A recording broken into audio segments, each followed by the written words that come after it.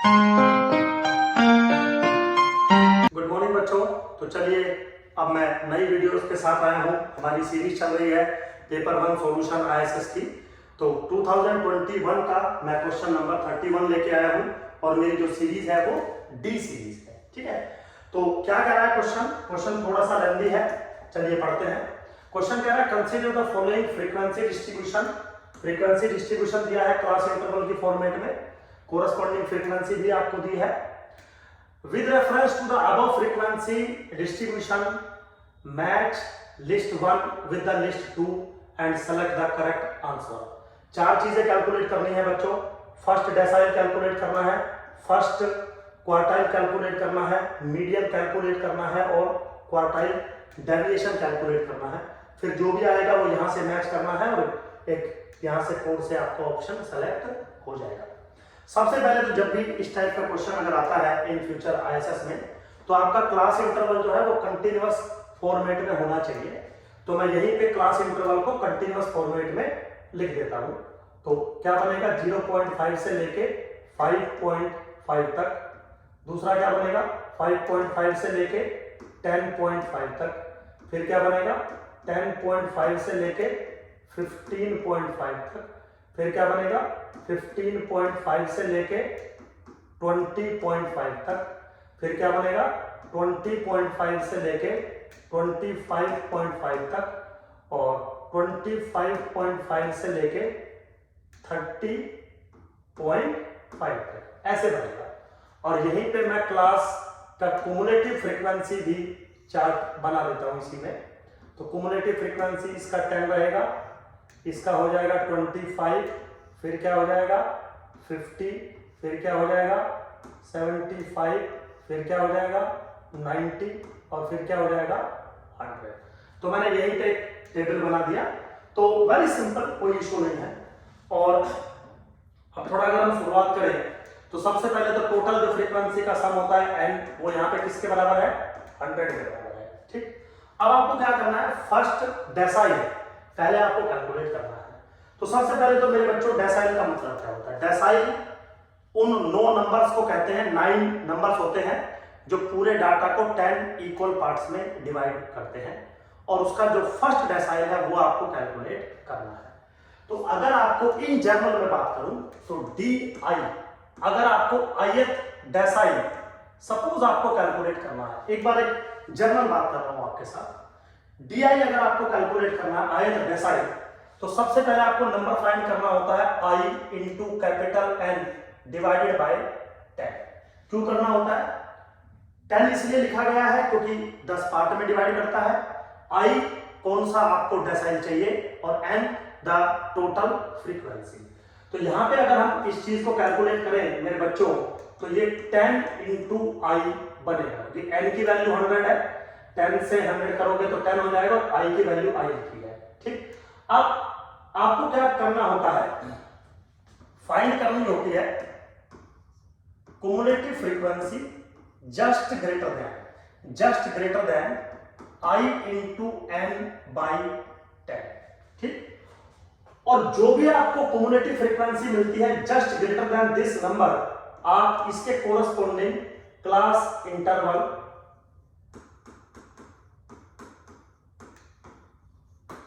Calculate करते हैं। ठीक है, तो जो भी क्लास फ्रीक्वेंसी या cumulative frequency just greater than होगी इसके, उसके कोरस्पॉन्डिंग आप क्लास फ्रीक्वेंसी चूज करोगे। मान लीजिए वो क्लास फ्रीक्वेंसी है L1, L2 सपोज।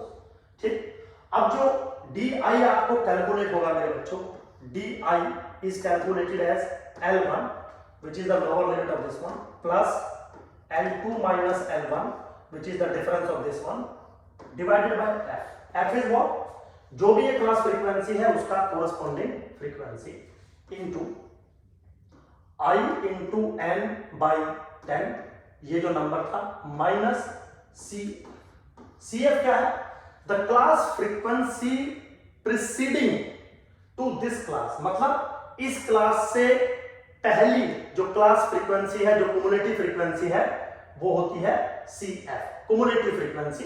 किससे, just preceding class frequency of the जो भी क्लास आपने ली गई है। तो अगर मेरा क्लास इंटरवल ये चूज हुआ है तो ये जो CF है वो कुमुलेटिव फ्रीक्वेंसी है जस्ट इससे पहले। ठीक, तो ये तो था एक जनरल सिनेरियो। ठीक, अब इस जनरल सिनेरियो को अगर हम एप्लीकेबल करें और हम देखें कि हमें चाहिए था D1 फर्स्ट क्वार्टर। ठीक है, तो D1 के लिए 1 into n डिवाइडेड बाय 10 आपको करना पड़ेगा विच इज 10।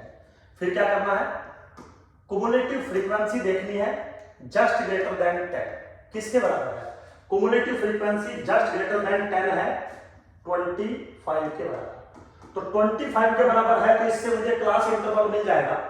क्लास इंटरवल जो मुझे मिलेगा वो मेरा बराबर होगा 5.5 से लेके 10.5 के बीच में। ठीक है, अब मुझे D1 कैलकुलेट करना है। तो D1 जब आप कैलकुलेट करेंगे which is L1 which is 5.5 plus L2 minus L1 which is 5 divided by इस क्लास फ्रीक्वेंसी, इस क्लास इंटरवल का जो फ्रीक्वेंसी है वो किसके बराबर है? 15 के बराबर है, लिखा हुआ है, divided bye 1 into n by 10 minus cumulative frequency just preceding this class interval। तो उसकी वैल्यू है 10, तो दिया है 10 माइनस कर देंगे। Now this is equal to 5.5, क्योंकि ये भी 10 बनेगा, ये भी 10 बनेगा 0, तो जो D1 है फर्स्ट डेसाइल वो आ गया आपका 5.5। तो इसका मतलब मेरे बच्चों D1 यानी कि 5.5 यानी कि जो this one is correct option. ठीक है, अब हमें बात करनी है किसी दूसरे मेजरमेंट की। क्या है दूसरा मेजरमेंट? चेक करते हैं एक बार। वेरी सिंपल, दूसरा है फर्स्ट क्वार्टाइल।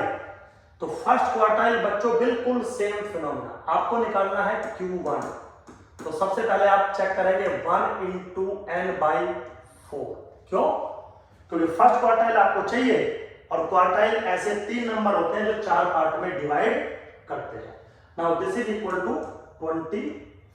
ठीक, अब मुझे क्या करना है, कुमुलेटिव फ्रीक्वेंसी देखनी है just greater than this one. Cumulative frequency देखनी है जस्ट ग्रेटर देन 25। किसके बराबर बनेगी? वो बन रही है 50 के बराबर, 50। और 50 किस इंटरवल में बिलोंग करता है? इसका मतलब यहां से मुझे क्लास इंटरवल मिल गया। किसके बराबर मिला है क्लास इंटरवल मुझे?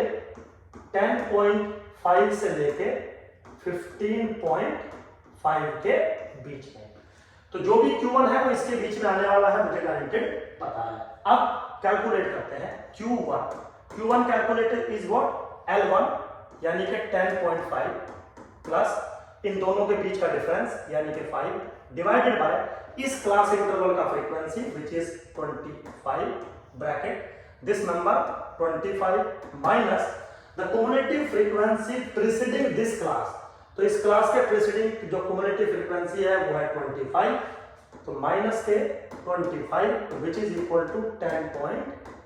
ठीक है बेटा, तो Q1 जो आया मेरा वो 10.5 यानी कि B जो मैच होगा वो 4 के साथ मैच होगा। तो A 2 के साथ मैच होगा, B 4 के साथ मैच होगा, मतलब अभी ऑप्शन और चेक करने पड़ेंगे। अगला है मीडियन। तो मीडियन तो बहुत फेमस है, आप लोगों ने शायद कैलकुलेट किया भी होगा। मीडियन अगर आपको निकालना है, मीडियन अगर आपको निकालना है तो ये तो बहुत फेमस है। This is equal to L1 plus L2 minus L1 by F n by 2 minus CF।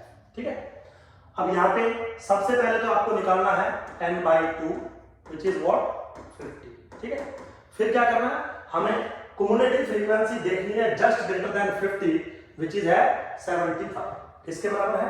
cumulative frequency just greater than 50 किसके बराबर है? 75।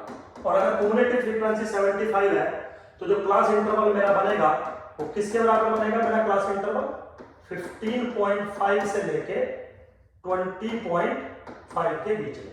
ठीक है, यहां ये वाला बनेगा।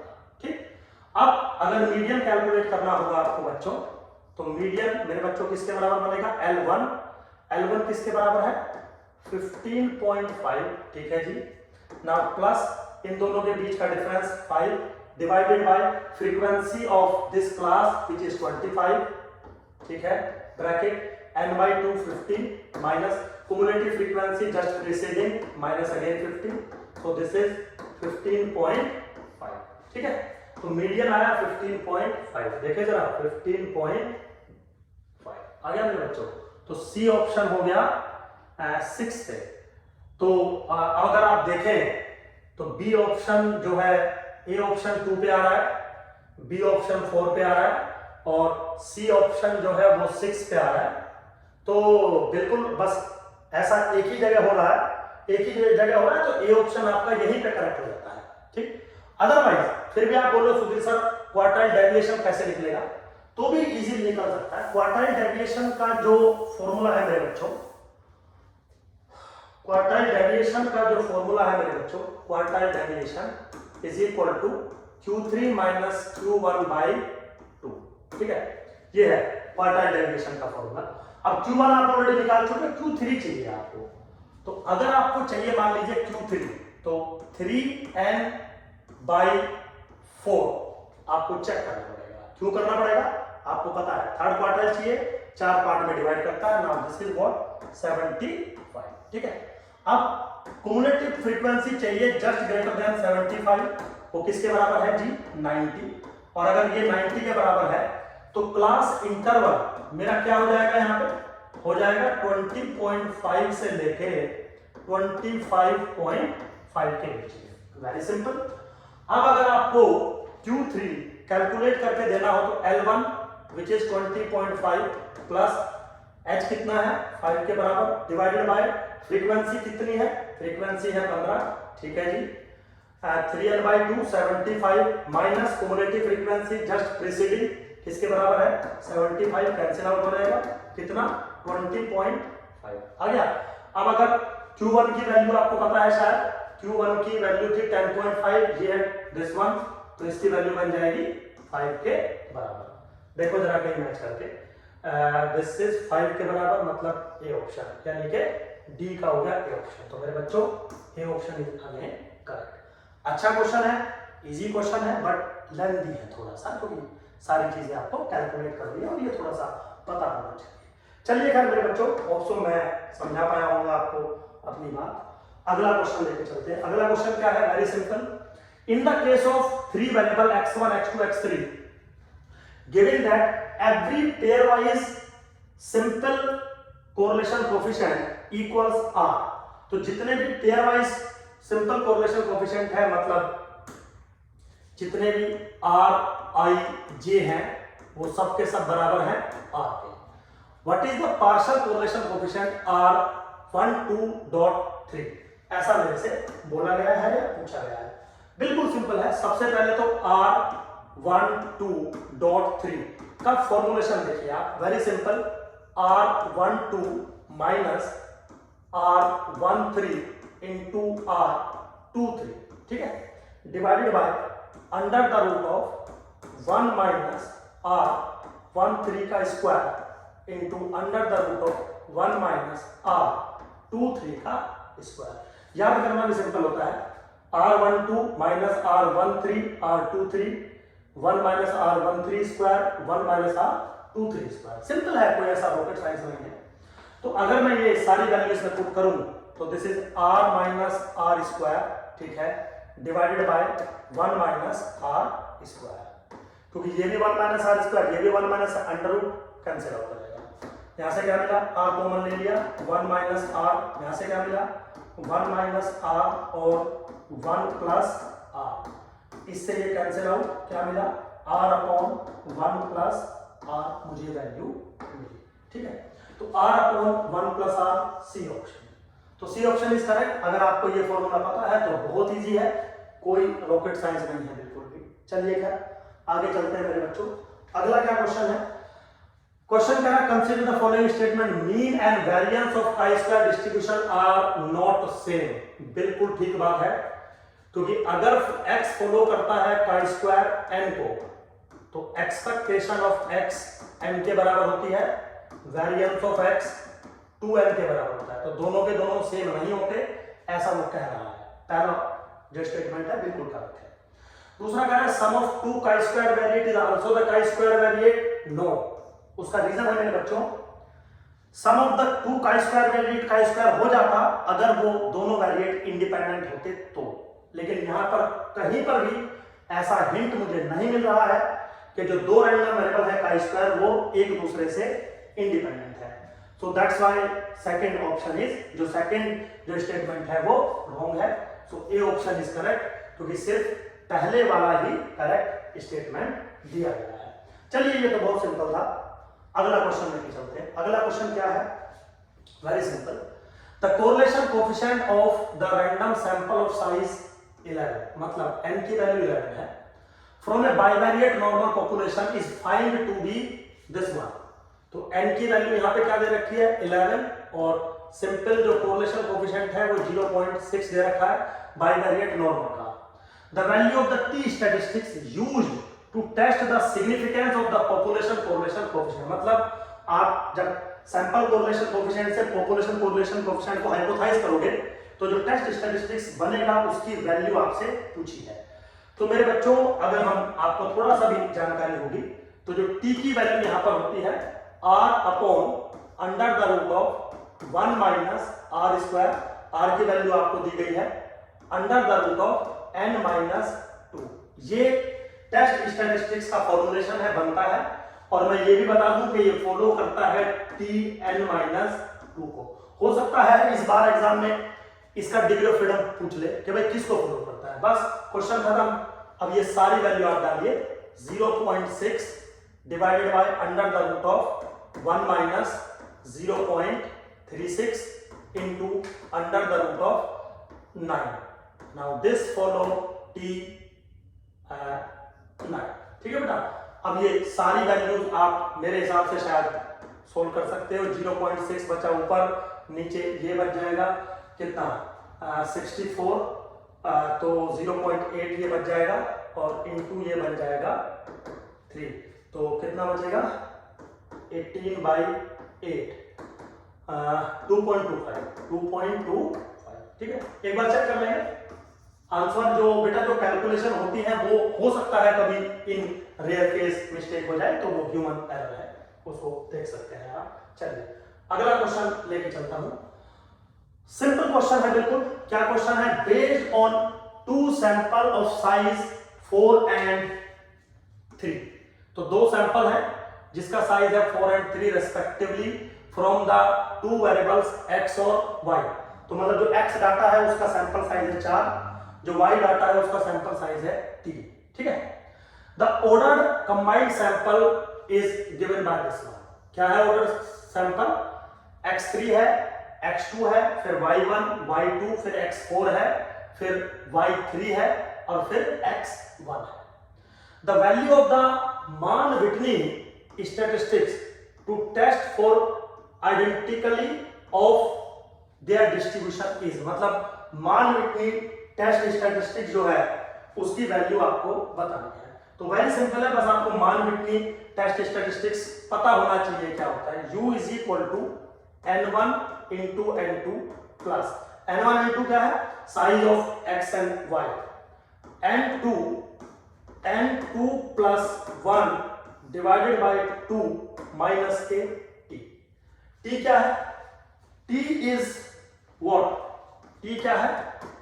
सम ऑफ रैंक्स ऑफ y। तो जो y डाटा है उसका जो ऑर्डर, जो कंबाइंड ऑर्डर सैंपल आपने बनाया उसमें जो y डाटा है, y वेरिएबल है, उसकी जो रैंक्स का सम है वो t के बराबर है। तो सबसे पहले हमें बच्चों t को ही निकालना पड़ेगा। t is what? पहले y की रैंक चेक करते हैं। तो y जो पहले आया, तीसरी पोजीशन पे आया तो 3 रैंक है, फोर्थ पोजीशन पे आया तो 4 रैंक हो गई, फिर सिक्स्थ पोजीशन पे आया तो 6 रैंक हो गई। तो जो t की वैल्यू हुई वो ही 3 प्लस 4 प्लस 6, यानी कि 13 वैल्यू हुई t की। वेरी सिंपल, बिल्कुल ऐसा कोई जो है रॉकेट साइंस हमने जो है नहीं लिया, 13 वैल्यू हो गई। अब यहां से अगर मैं u की वैल्यू कैलकुलेट करूं मेरे बच्चों, तो क्या थी? n1 इंटू n2, 4 तिया 12 प्लस n2 कितना है? 3, और ये हो जाएगा 4 तिया 12 अगेन डिवाइडेड बाय 2 माइनस के 13।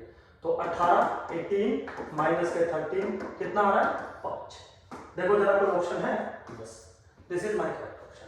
तो बिल्कुल सिंपल है, बस आपको थोड़े थोड़े जो फॉर्मुलेशंस हैं वो आपको पता होने चाहिए, थोड़ा समझ होनी चाहिए कि हम करते क्या है। चलिए मेरे बच्चों, तो मैंने इस वीडियो में 5 क्वेश्चन लिए, ज्यादा समय नहीं लेता हूं मैं आपका, क्योंकि वीडियो में पॉइंट टू पॉइंट हमें बात करनी चाहिए। चलिए, थैंक यू वेरी मच, मिलते हैं नेक्स्ट वीडियो में।